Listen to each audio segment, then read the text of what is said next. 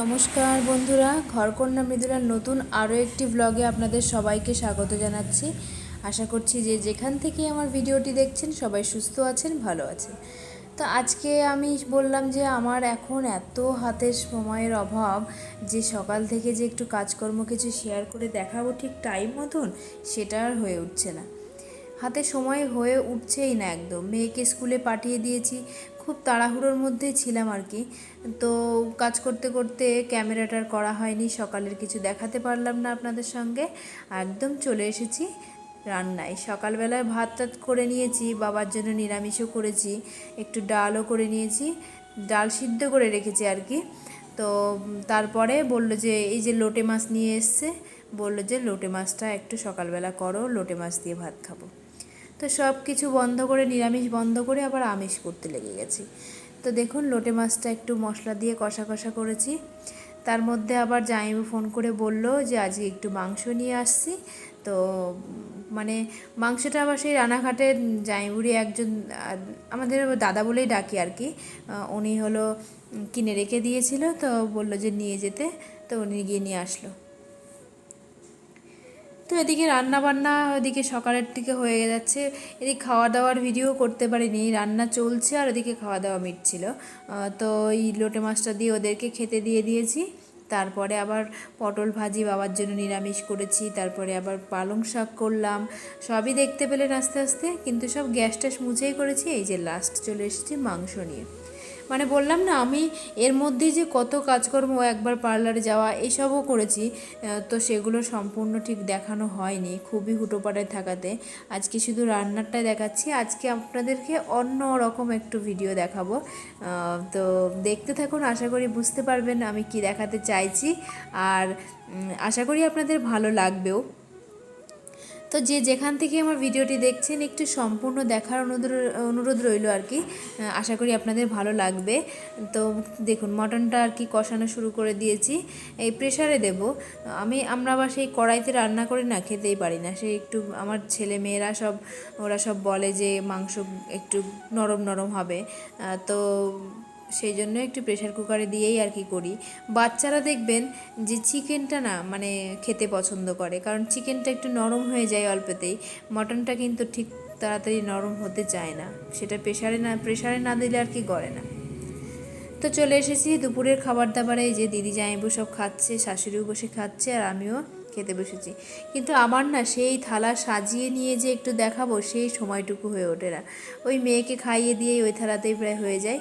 এবার চলে এসেছি পার্লারে। চলুন আপনাদের সঙ্গে কি ভিডিও শেয়ার করব, সময় পাচ্ছি না ভিডিও করার, যেটুকু পারছি সেটুকুই আর কি করছি।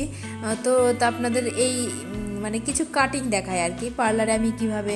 এখন তো পুজোর সিজন, এখন হয়তো ফেসিয়াল আইব্রো এগুলো হয়তো আসবে কম, কারণ একবারে সবাই কি ভাববে যে একদম পুজোতে গিয়েই সব কিছু করব। কিন্তু কাটিংটা একটু তাড়াতাড়ি সবাই করে নেয়, কারণ হেয়ার কাটিংটা হয়ে হেয়ারটা শেপ আসতে একটু সময় লাগে, ভালোও লাগে আর কি, সেই জন্য সবাই একটু আগে আগে চুলটা কেটে নেয়। তো আজকে চুলটা মানে কাটাই দেখাচ্ছি। এই দিদিভাই করবে হলো লেয়ার কাটিং।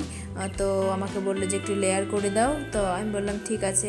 লেন্থটাও জিজ্ঞেস করে নিলাম, বললো একটু ছোটো হলেও অসুবিধা নেই।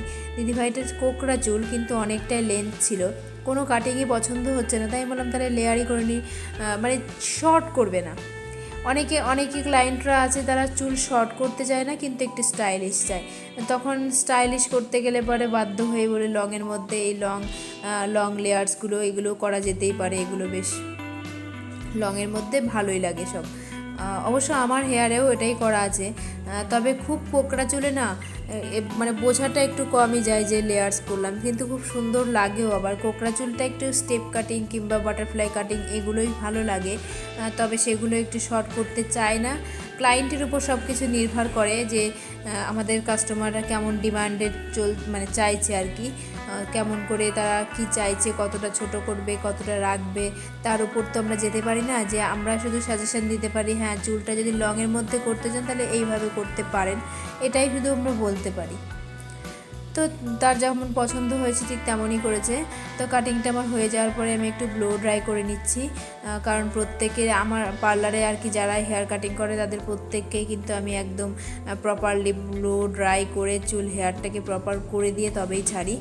আর আমাদের গ্রামের দিকে তো অনেক সময় এগুলো করা হয় না, শুধুমাত্র চুল কেটেই ছেড়ে দেওয়া হয়, কিন্তু আমি সেটা কিন্তু করি না, কারণ কাস্টমারের ভালো লাগার ব্যাপারটাও থাকে, তারাও একটু চায় যে আমার চুলটা একদম সেটিং করে তবেই ছাড়বে। তো আমিও সেটাই একটু চেষ্টা করে দিই, একটু চেষ্টা করি আর কি করার, আর এটাতে সবাই ভালোবাসে আর করতেও চায় আর কি। তো মোটামুটি ব্লো ড্রাই ওনাকে করে দিচ্ছি, করে দিয়ে তারপরে আমি আবার হেয়ার কাটিংয়ের জন্য আরও সবাই বসে আছে, তাদের হেয়ার কাটিংগুলোও করে ফেলবো। তো এই দিদিভাইয়ের মেয়েও ছিল, মেয়ের চুলটা অনেকটা বড় ছিল, সেই বড় চুলটা আর কি শর্ট করবে। তো মেয়ের চুলটা আমি করেছি একটু বাটারফ্লাই কাটিং করেছি, চুলটা অনেকটাই লং ছিল। তো বললো যে তুমি তোমার পছন্দ মতন করে দাও, তাই আমি বললাম তাহলে এখন ট্রেন্ডিং চলছে প্রচুর বাটারফ্লাই কাটিংটা, তো সেটাই করে নিই। আর চুলটা বাচ্চা মেয়ের ভালো লাগবে বলে যেমনই তুমি করে দাও, শুধু একটু চুলটা যেন বাঁধা যায়, বাঁধলে সুন্দর লাগে তেমন করে দিও। আমি বললাম ঠিক আছে, বাঁধলে সুন্দরই লাগবে, তো সেটা করে দেবো। তার মাঝখানে আর একটা বোন চলে এসেছিলো, সে বললো যে আমার একটু তাড়াতাড়ি আছে, আমার হেয়ারটা একটু কাটিং করে দাও, তারপরে তুমি তারটা করো, মানে বাচ্চা মেয়েটারটা করো। তো আমি এটা সব সময় মানে আমাদের কাস্টমারের উপর নির্ভর করে, তাদের কাছে না শুনে কিন্তু আমরা কিছুই করতে পারি না। আমরা সব সময় শুনবো যে হ্যাঁ তুমি কি একটু বসতে পারবে, একটু সময় দিতে পারবে, তাহলে আমি একটু তাড়াতাড়ি ছেড়ে দিতাম। অনেকের তো অনেক তাড়াহুড়ো থাকে, এগুলো একটু কনসিডার করা উচিত, বা করেও অনেকেই, আবার অনেকে করতে চায় না, সেটা তাদের উপর। যেহেতু যে আগে আসবে তাকেই করে দেওয়া আমার কাজ, কিন্তু আমি যদি সেভাবে না করে করি তাহলে আমাকেই হয়তো খারাপ ভাবতে পারে, সেগুলো আমার তো একদম করা উচিত নয়। তো বোনটা বললো যে তাহলে আমার খুব তাড়াহুড়ো ছিল, আমাকে একটু তাড়াতাড়ি ছেড়ে দাও, আমি খুব বেশি টাইম লাগাবো না। ও চুলটা খুব বেশি মানে একটু রাউন্ড করে নিয়েছে, একটু সামনে লক্স করেছে, ব্যাস, তাছাড়া কোনো অ্যাডভান্স হেয়ার স্টাইল ও হেয়ার কাটিং করেনি। তো বললো যে আমার সামনে একটু লক্স করে দাও আর পেছনটা একটু রাউন্ড শেপ করে দাও, আমি সেটা নিয়ে একটু ব্যস্ত। চলুন ঝটফট চুলটা কেটে নিয়ে তারপরে আবার কথা বলবো।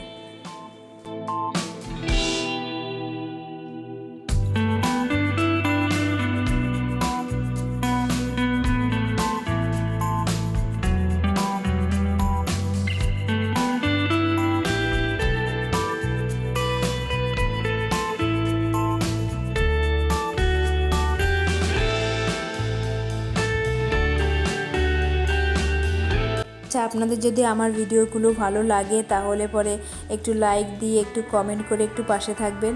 আর যারা নতুন বন্ধু আছেন তারা কিন্তু ভুলবেন না একটু সাবস্ক্রাইব করতে, সাবস্ক্রাইব করে পাশে থাকবেন। আমি কিন্তু প্রত্যেককে মানে যতটা সম্ভব আমার তরফ থেকে যদি যতটা সম্ভব ততটাই একদম পুরো 100% দেওয়ার চেষ্টা করি। কিন্তু এখন যদি কেউ ভাবে যে আমাকে সাবস্ক্রাইব করার পর আমি সাথে সাথে 24 ঘন্টার মধ্যে যেতে পারছি না, কারণ আপনারা সবাই দেখতে পাচ্ছেন আমার কিন্তু এটা ব্লগ চ্যানেলের মধ্যে আমি আমার সংসারের কাজই কিন্তু অ্যাড করি, সাথে হালকা ফালকা মানে পার্লারের কাজ, কিন্তু এখন আমি সংসারের কোনো কাজই আর কি ঠিক টাইম মতন করে উঠতে পারছি না, যার জন্য আমি পার্লারে কিছু কাজও আপনাদের সঙ্গে একটু শেয়ার করছি। তে বুঝতে হবে যে আমার এখন প্রচুর মানে একটু সময়ের অভাব, আমি সবাইকে ঠিক মতন টাইম দিতে পারছি না। এমন নয় যে তাদের ভিডিও দেখি না, আমি হয়তো কাজ করি কিন্তু আমার ফোন আমি অনবরত চালিয়ে রাখি, প্রত্যেকের ভিডিও আমি কিন্তু ফুল ওয়াচ দিয়ে তবেই যাই। এটুকু বিশ্বাস ভরসা আমার উপর করতেই পারেন, কারণ আমি জানি আমার যেমন আপনাদের ভিডিও মানে আমার ভিডিওগুলো আপনাদের দেখার জন্য এত অনুরোধ করি, প্রত্যেকের কিন্তু ভিডিওগুলো দেখার জন্যই কিন্তু তৈরি হয়। তাহলে আমি যদি অন্যের ভিডিও না দেখি তাহলে অন্যরা কেন আমার ভিডিও দেখবে? এটুকু তো মানুষের বোঝা উচিত, এটুকু বুঝলেই সবাই সবার ভিডিও দেখে সবাইকে পাশে থাকবে আর কি। তো এই রকম করে একে অপরের পাশে থাকলেই কিন্তু হয়। দেখুন বাচ্চা মেয়েটার চুলটা কাটা হয়ে গেল, কি সুন্দর লাগছিল না চুলটা? ওদের তো ভীষণ পছন্দ হয়েছে, মেয়েটারও খুব পছন্দ হয়েছে আর ওর মারও ভীষণ পছন্দ হয়েছে। তো আজকের ভিডিওটা আমি এখানেই শেষ করছি, আবার দেখা হবে নতুন একটি ভিডিও নিয়ে।